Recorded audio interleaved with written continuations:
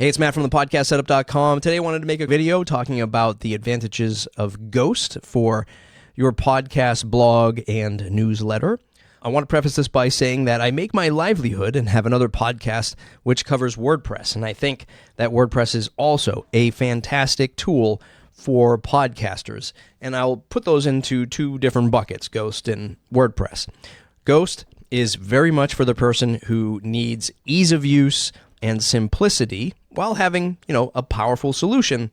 But WordPress is far more extensible, and you can build a whole operation on top of it. So if you're a podcaster who is monetizing through selling product, membership, digital good, sponsors, and you need to build out a robust system that requires a lot of automation and integrations. You have a larger team that are drafting and scheduling and writing other content for you, maybe multiple podcast hosts. WordPress is going to be a more all-in-one solution. The learning curve is going to certainly go up. Here's where you can't go wrong with either, in my opinion, is that they're both open source and they're both made for publishers first and foremost, right? And I think that if you're voting in either direction, you're making the right choice. But we are going to focus on Ghost today, and I'm going to share my opinions again as to why I think Ghost is fantastic for you podcasters out there. The number one advantage to Ghost is its ease of use. Just looking at the sidebar of Ghost and having not a lot of cognitive overhead, like what are all these links? What do I have to click on? What's a plugin? What's a theme? What's this editor? All of this stuff is very straightforward and very easy to use. You click on post, you get your posts, you get your pages, or click on pages, you get your pages. Very easy to use. If I'm drafting a new post, it's very simple, very clean. It's an elegant solution, distraction-free, and it makes getting the most critical parts of your podcast, aside from the podcast itself, the blog content, the newsletter content, publishing that stuff, straightforward, very easy. You're not going to get lost in a lot of technical overhead and details. Number two, easy analytics. This is often pretty easy to overlook, and it's actually hard for me to put words on it because the analytics, while I don't think that's everything, you shouldn't look at analytics as everything to the success of your podcast. I mean, certainly we want to see a trend of growth and more traffic, more listeners, more signups, more newsletter subscribers, that kind of thing. Ghost just presents it to you in a very easy way, and it sort of follows you throughout. So when you first log into your Ghost, you're presented with your initial dashboard. It's giving you your basic overview of how many visitors to the site and how many people have subscribed to the newsletter. Clicking through, it's very easy to see what's working, what's not, where your opportunities are, and where your demographic is. And even when you're looking at, let's say, a post page, it's also showing you the stats of the traffic, the newsletter opens, the clicks, and the subscriber count. And it does it in a way that's just not intrusive. And what that means is I'm not constantly digging through Google Analytics to understand what the health is of the whole thing. I can kind of get a sense of it as I just navigate my site natively, and it's just not in your face. It's not a flashing sign. I just know if I'm doing well or not for a given post or episode or something like that. So really, really like the elegance of analytics. Very easy and simple to understand.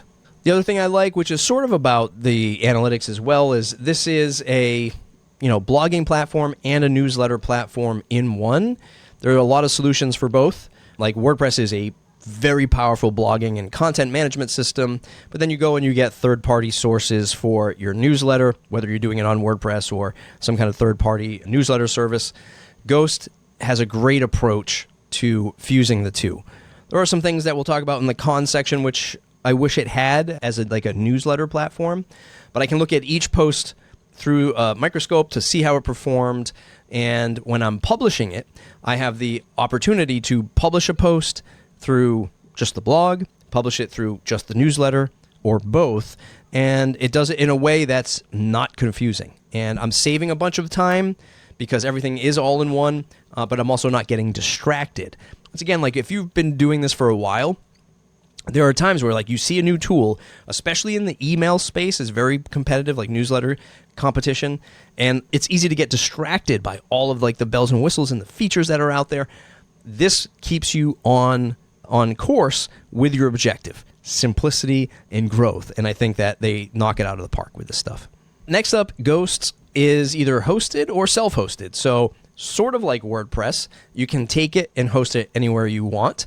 It's going to be a little bit more challenging than hosting WordPress, because a lot of the advantage to WordPress is a lot of web hosts natively distribute WordPress, and they have different offerings for their WordPress hosting. They have various plans and such. Ghost might be a little bit more challenging on that front to find a third-party host that just does Ghost for you. But if you're the more technical type, you can download the open source version and host it wherever that hosting provider supports the technology. Or I think for most of us, I think for 99% of you out there who are like, I just need something simple and quick, they have their own hosted version where you pay as little as $18 a month, then $35 a month is where probably we will all fall in. You can get your site with your free custom domain, your email newsletter, and 1,000 subscribers to that list. And we can just test this out. If we grow that email newsletter up to, say, 5,000, you're on the publisher plan at $75 a month. So really, at the end of the day, if your newsletter is helping you profit $700, $800 a year, isn't a whole heck of a lot of money if you're getting in that money through your podcast money through sponsorships or selling product or merch or affiliate deals, that kind of thing. So very clear and easy to understand pricing, and quite affordable for those of us who need to get started for free. All right, let's talk about some of the downside of Ghost. It's not really downside or a con, but these are the things that, at least from somebody who's been using WordPress for a while, maybe you have as well. The positive side of this is there are some really nice looking Ghost themes. They definitely have really well professionally designed themes that look really good. The challenging part is when you want to customize them. And I'm not going to go through all of that in this video. That would make for a very long video, but if we click on this podcast one, there's always going to be some elements that you're going to want to modify. Like maybe you want to move things around the page. Maybe you want to change the size of some of these call to actions. For example, this theme right here, I've not used it. It's $150. That's fine. It's a great looking theme.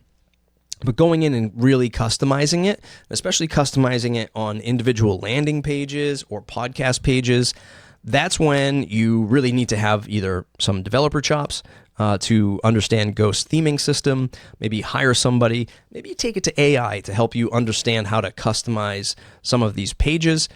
But it's sort of like a give and take with Ghost themes. There's definitely some nice looking ones, but modifying them and making them look exactly how your brand is going to take a little bit more than even WordPress, I'd say. I mean, there's some advantages to native WordPress and Gutenberg and the site builder. Yeah, it's got some rough edges, but you can go in and you can customize stuff without even looking at code. And then you can build on top of that with something like an Elementor or Beaver Builder or some other like page building tool. So yes, as much of a bad rap as WordPress gets for its complexity, as soon as you say, I need to customize a site and I don't want to hire a developer, I don't have the funds to do it, or I kind of just want to do it myself, but I don't want to write code, that's where Ghost gets a little bit more challenging. And you have to look at each theme to kind of understand what custom points are you giving me so that when I get to the back end, I can kind of control that.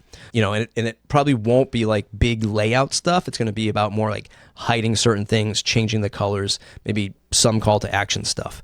But, it's a give and take with Ghost themes. All right, next up, another give and take moment is Ghost Extensibility. They have integrations. They don't have the integration, certainly don't have the plugin ecosystem and the integration ecosystem that WordPress has. WordPress has been around for quite some time.